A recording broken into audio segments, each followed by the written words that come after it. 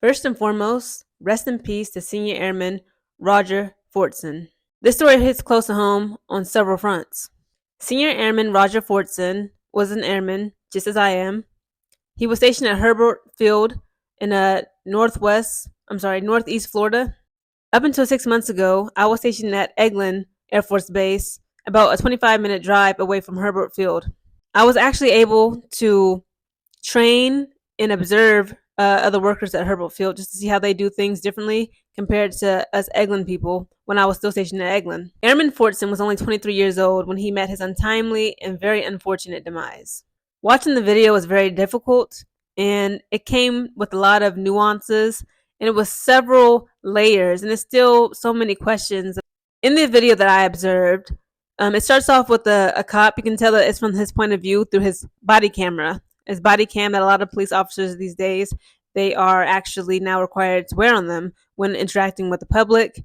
I'm not sure if it was just for me, but the very beginning, a part of the audio is completely gone. He was talking to what seemed to be a white male, and the white male directs him to outside of, I believe it was a leasing office that he was in.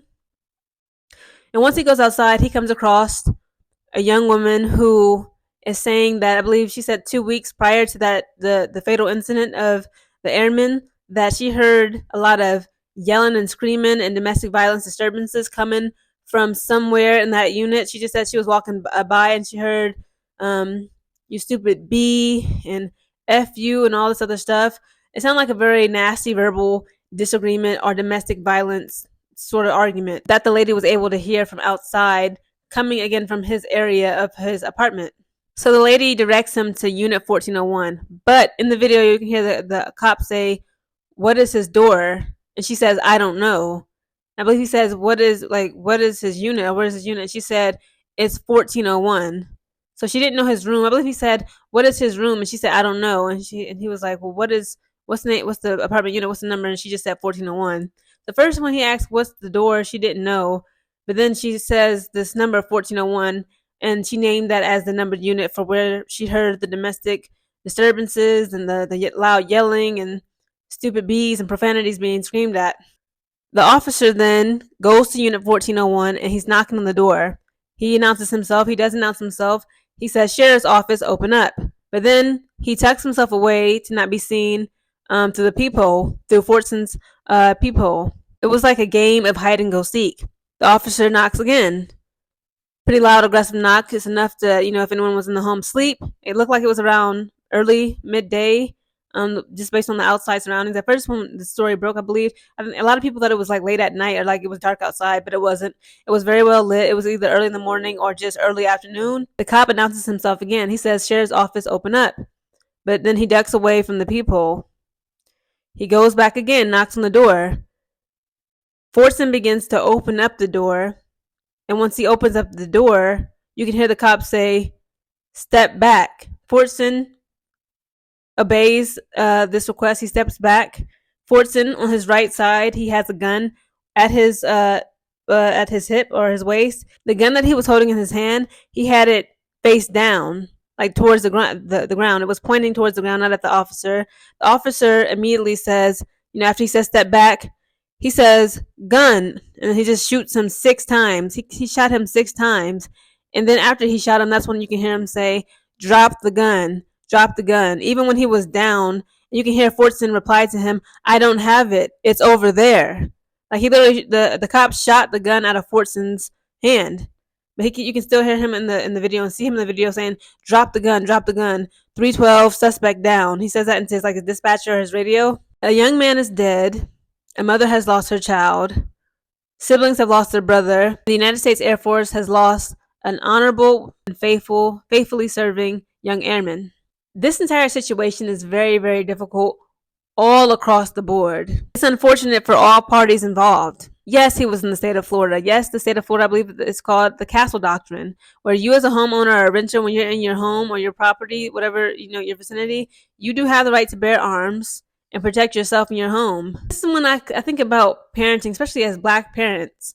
When do we, or why don't we educate our children on how to deal with the police? Because let's be honest, if he was white, I have no doubt that he would still be alive. It was a young 23-year-old airman that when he opened the door and he said step back, he saw a gun to his waist, but it was pointed down towards the floor, not at that officer. He would still be alive. And a lot of people were like, complaining and upset that the cop, when he would knock on the door, yes, he did announce himself, but he would always kind of run or hide or just conceal himself away from the people. Like he didn't want to stand right in front of the door. So I did some research. So apparently, like when police officers get a domestic disturbance call, that's the most highly emotionally, a high emotional, very dangerous situation for both the cops, the officers involved, and also the perpetrators or the aggressors of the domestic violence. So I believe these officers, I believe, have been trained that when they respond to a domestic violence disturbance, they are to never stand in front of the door because they risk being shot through the door. So that could explain why the officer, who has still not been named, kept, concealing himself away from the door after he would knock and announce himself. Again, that's just a theory. I'm not sure. It's just some research that I've read on the internet. The story is still very much in development, and more details hopefully are soon to come. I would like to believe that right now, if a police officer was outside my door and they would knock aggressively and say, "Police or sheriff's office, open up."